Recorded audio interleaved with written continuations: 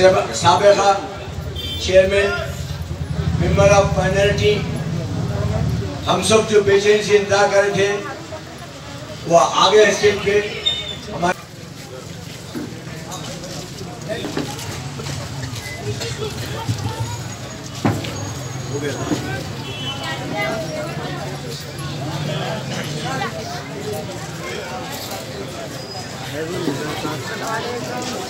करने वाले, मैं चाहता हूं कि उठ के एक दफा जोर से थालियों की गूंज से उनका वेलकम करिए।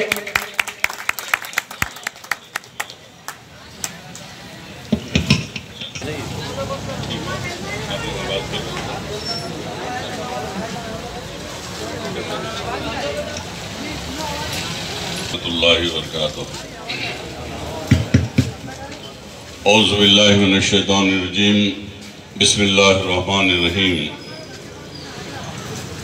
नशीन पर तशरीफ फरमा भूपति रेड्डी साहब, इंचार्ज गोलकुंडा डिवीज़न,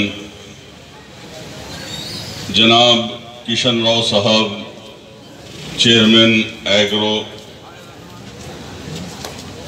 खान साहब, लड्डू खान साहब, शहबाज खान साहब, साहब, सैयद बुरहान साहब, कैंडिडेट हैं 68 डिवीज़न के, जो अपना डिवीज़न छोड़कर आए हैं वो भी काबिल मुबारकबाद है। जब गुलिस्तान को खून की ज़रूरत पड़ी, जब गुलिस्तान को खून की ज़रूरत पड़ी, सबसे पहले हमारी ही गर्दन कटी। फिर भी कहते हो ये अहले चमन, ये चमन है हमारा तुम्हारा नहीं। सभी का खून शामिल है यहाँ की मिट्टी में, किसी के बाप का हिंदुस्तान थोड़ी है।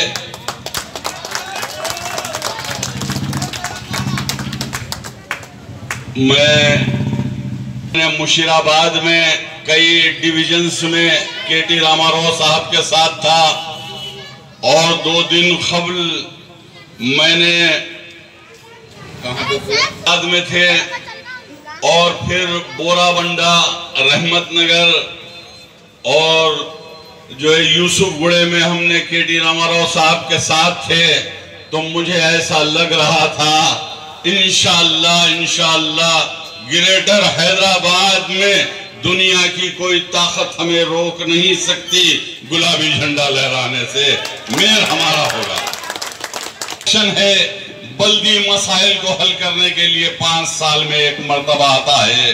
अगर आप गौर व फिक्र कीजिए, सबसे पहले मैं आपको ये बात बताऊंगा कि बंडी संजय जो भारतीय जनता पार्टी का सदर है रियासत का, उसका जवाब देना मैं जरूरी समझता हूं, लेकिन उसके लिए मुझे तमहीद बांधना पड़ेगा। मुझे कहना पड़ेगा, किताब के वो औराक को पलटा कर दिखाऊंगा कि हम कौन हैं और हिंदुस्तान हमारे लिए क्या है।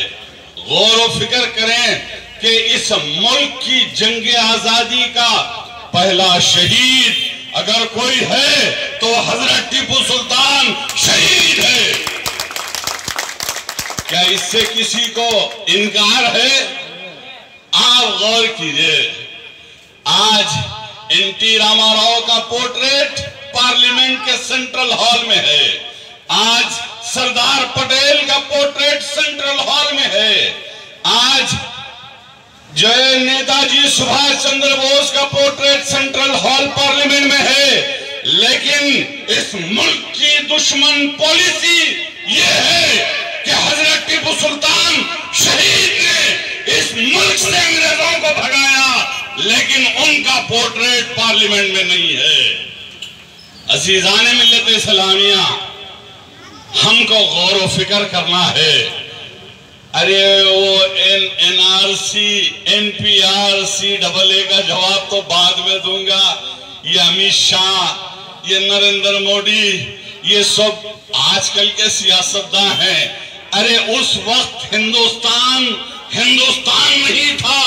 उस वक्त आपके हमारे आबा और अजदाद ने इस मुल्क के लिए कुर्बानियां दी हैं।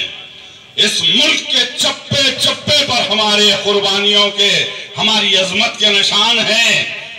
मैं ये आपको कहूंगा कि अंग्रेजों को की गुलामी से हिंदुस्तान को आजाद कराने में महात्मा गांधी जी को मैं सलाम पेश करता हूं, लेकिन साथ ही साथ ये कहूंगा कि खान अब्दुल गफ्फार खान, मौलाना अशफाकुल्लाह खान, सरहदी गांधी, मोहम्मद अली, मोहम्मद शौकत अली, अरे कितने सूरमा मुस्लिम रहनुमाओं ने इस मुल्क के लिए अपनी जानें दी।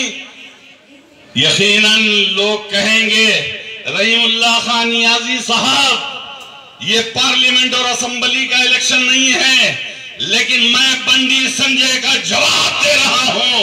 आपकी शिनाख्त को हिंदुस्तान से नहीं बल्कि ये तारीखी शहर से खत्म करने की कोशिश की जा रही है, तो मैं उसका जवाब देने के लिए खड़ा हूं। मुझे जवाब देना जरूरी है। सरफरोशी की तमन्ना अब हमारे दिल में है, सरफरोशी की तमन्ना अब हमारे दिल में है। देखना है जोर कितना बाजुए कातिल में है। ये बीजेपी क्या हक से वोट मांग रही है? ये बीजेपी ने हर वक्त हमारे दिलों पर जख्म के अलावा कुछ नहीं दिया। अरे आप बताइए, ये एनआरसी का मसला, एनपीआर का मसला, सीएए का मसला आपके सामने है। अरे नोटबंदी कराई गई, अरे गरीब मामूली इंसान, रिक्शा खींचने वाले, ऑटो वाले, सबको तकलीफ नोटबंदी से हुई।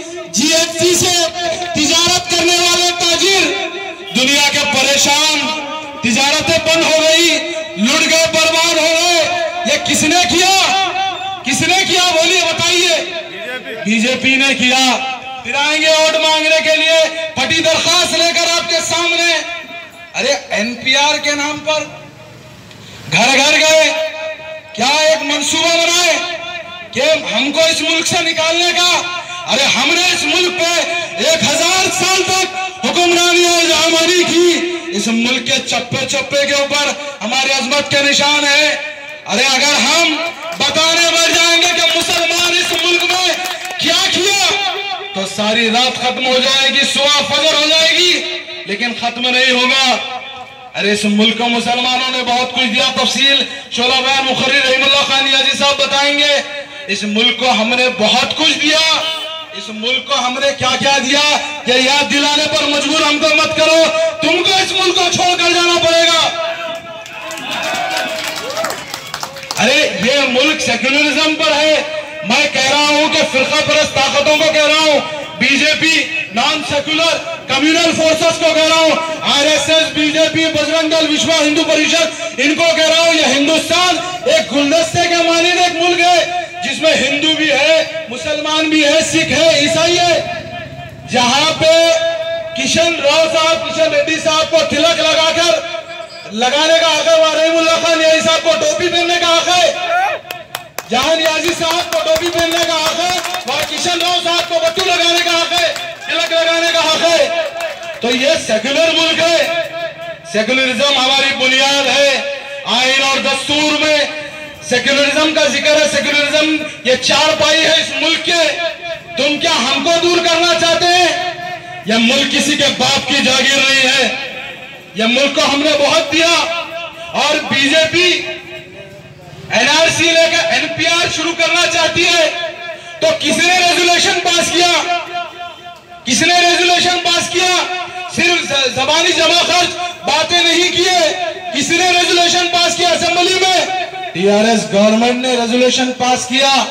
रेजोल्यूशन पास किया, सिर्फ बोले नहीं कि हम ऐसे कर लेंगे, वैसा कर लेंगे, ऐसा करते तो वैसा होता, वैसा करते तो ऐसा होता। एनपीआर एनआरसी तेलंगाना में हो, क्योंकि केसीआर साहब हिंदू और मुसलमान को अपनी दो आंख के तरह समझते हैं। एक आंख हिंदू है तो एक आंख मेरी मुसलमान है। कैंडिडेट के इंचार्ज हमारे टीआरएस आजम खान साहब, नईम खान साहब, जब्बार साहब, हमारे अमान साहब, लड्डू भाई, सामाईन इकराम, मेरे भाई बुजुर्ग, मेरी माँ और बहनें और पसे पर्दा भी बैठकर सुनने वाली इज्जतदार मेरी माँ और बहनें, आज का जलसा इंतखाबी है, इंतखाबी सरगर्मियां अरूज पर है। वोट मांगने के लिए आपको ऐसे कायद को वोट देना है जो 5 साल से आपके बीच रहकर आपके मसाइल को हल करने वाले कायद को आपको वोट देकर।